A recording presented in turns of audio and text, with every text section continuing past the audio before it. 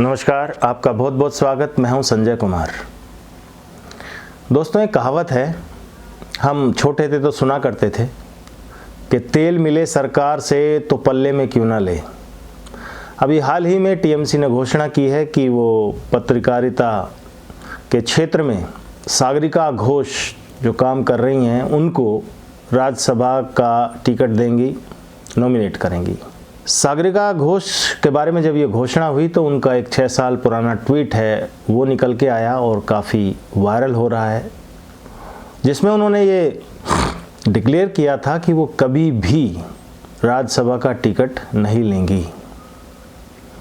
उन्होंने ये भी दावा किया था कि लोग चाहें तो उनके इस ट्वीट को सेव कर सकते हैं। एक और ट्वीट उन्होंने किया था इससे पहले कि एक पत्रकार को न्यूट्रल रहना चाहिए, किसी भी राजनीतिक पार्टी की तरफ उसका झुकाव नहीं होना चाहिए। तो ये 2 ट्वीट हैं उनके बारे में। लेकिन जब अब राज्यसभा सांसद बनने की बारी उनकी आई है तो वो भूल गई होंगी शायद कि उन्होंने कभी ये ट्वीट किए थे। जब कुछ मिलने की बारी होती है सरकार से तो आपकी कथनी और करनी का फ़र्क मालूम पड़ जाता है। सागरिका घोष राजदीप सरदेसाई की वाइफ हैं। राजदीप सरदेसाई आप जानते ही होंगे, गिद्ध पर पत्रकारिता का जो है वो बड़े पक्षधर रहे हैं। जो लेफ्ट लिबरल जो एक उपाधि दी जाती है एक पत्रकारिता के गैंग को, उसके अहम मेंबर में से इनको गिना जाता है। गोदी पत्रकारिता या गोदी मीडिया की शुरुआत इसी गैंग ने की थी, शायद राजदीप सरदेसाई ने ही की थी गोदी मीडिया का। जो अब आप देखिए कि यूट्यूब पे या नेशनल मीडिया में भी जो लोग नेशनल या आप कहिए कि राष्ट्रवादी पत्रकारिता कर रहे हैं उनको कितना रिवॉर्ड कर दिया है मोदी सरकार ने। लेकिन एक तरफ एक लेफ्ट लिबरल लॉबी है, लेफ्ट को सपोर्ट करने वाले लोग हैं, या यूं कहिए कि जो राष्ट्रवाद की जो पत्रकारिता कर रहे हैं वो लोग हैं। तो जो लोग ऐसा कर रहे हो, चाहे वो किसी भी माध्यम से कर रहे हो, यूट्यूब से कर रहे हो, फेसबुक से कर रहे हो, व्हाट्सएप से कर रहे हो, प्रिंट मीडिया में कर रहे हो, तो उनको रिवॉर्ड के रूप में क्या मिलता है।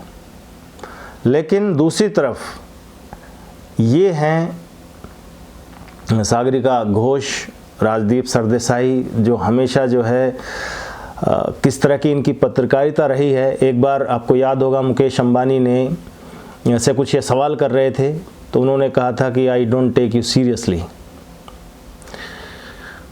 तो कई सारे वाक़े हैं राजदीप सरदेसाई को लेके।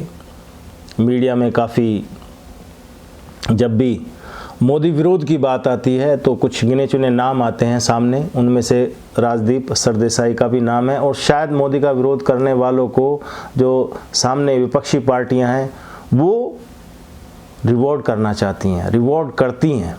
ये अपने आप में उसका एक उदाहरण है। राष्ट्रवादी पत्रकारिता अगर आप कर रहे हैं, या यूं कहिए कि बीजेपी को वो कहीं ना कहीं अगर फेवर में जा रही है जाने अनजाने में, तो ये समझिए कि आप पर गोदी मीडिया का लेबल लगना तय है।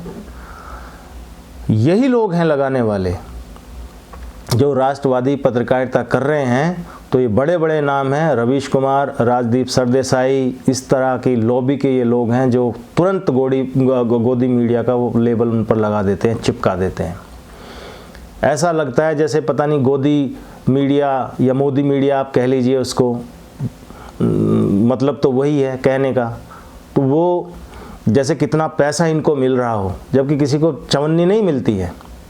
वो अपने राष्ट्र से प्यार करते हैं और जो पार्टी राष्ट्र के साथ खड़ी हुई है उसके बारे में बात करते हैं, राष्ट्र के बारे में जो अच्छे फैसले लिए जाते हैं उनके बारे में चर्चा करते हैं।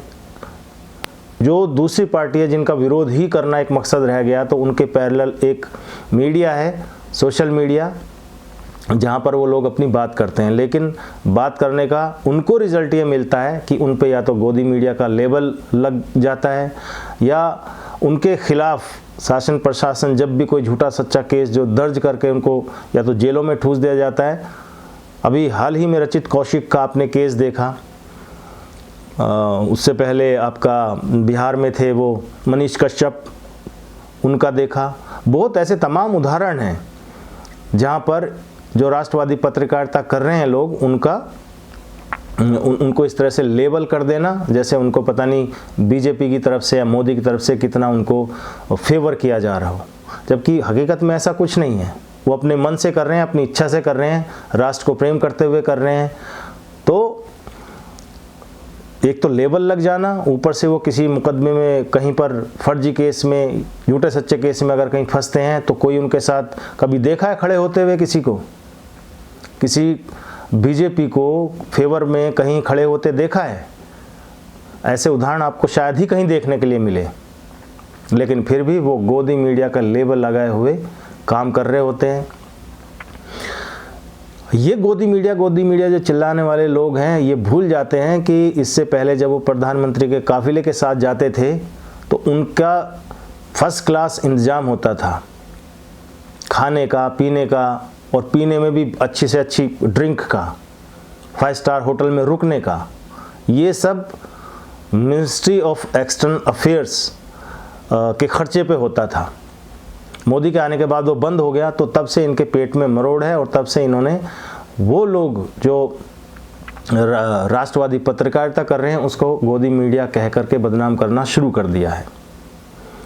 और दूसरी तरफ जो विपक्षी पार्टी हैं उनको वो ऐसे दिखाते हैं कि जैसे उन्होंने कितनी क्रांति देश में ला दी और भारत के लिए कितना उन्होंने भारत की सभ्यता संस्कृति को बढ़ाने के लिए कितना काम कर दिया हो, भारत को मजबूत करने के लिए जैसे कितना काम कर दिया हो। अभी ये सागरिका घोष हैं, इन्होंने भी जब ये इनका अनाउंस हुआ राज्यसभा के लिए, तो देखिए ये जो हैं क्या कहती हैं। ये कहती हैं इनको बहुत खुशी है, इन्होंने अपनी खुशी जाहिर की है टीएमसी के प्रति। और टीएमसी सुप्रीमो है और पश्चिम बंगाल की जो मुख्यमंत्री हैं ममता बनर्जी, वो कहती हैं कि उनके साहस से उनको प्रेरणा मिलती है। खुश हैं वो बहुत। तो चलिए, उनकी खुशी उनको मुबारक हो। लेकिन ये गोदी मीडिया चिल्लाने वाले लोग ये क्यों भूल जाते हैं कि जब वो इससे पहले कोई ट्वीट कर रहे थे, समाज के सामने कोई बात कर रहे थे कि वो कभी भी किसी भी राजनीतिक पार्टी के से नहीं जुड़ेंगे, राजनीति में नहीं आएंगे, राज्यसभा का टिकट नहीं लेंगे, लेकिन जब मौका आता है तो बात वही घूम फिर करके आ जाती है जो मैंने पहले कहा था कहावत में कि जब तेल सरकार से मिल रहा हो तो पल्ले में ले लेना चाहिए। सामने से अगर कुछ आ रहा है, मिल रहा है, रिवॉर्ड मिल रहा है, उससे लेने में क्या हर्ज है? कोई फ़र्क नहीं पड़ता इससे कि आपने इससे पहले क्या कहा था। अपनी कमेंट जो राय आपकी है कमेंट बॉक्स में आप ज़रूर बताइए, आपके कमेंट्स का इंतज़ार रहेगा। धन्यवाद। वंदे मातरम।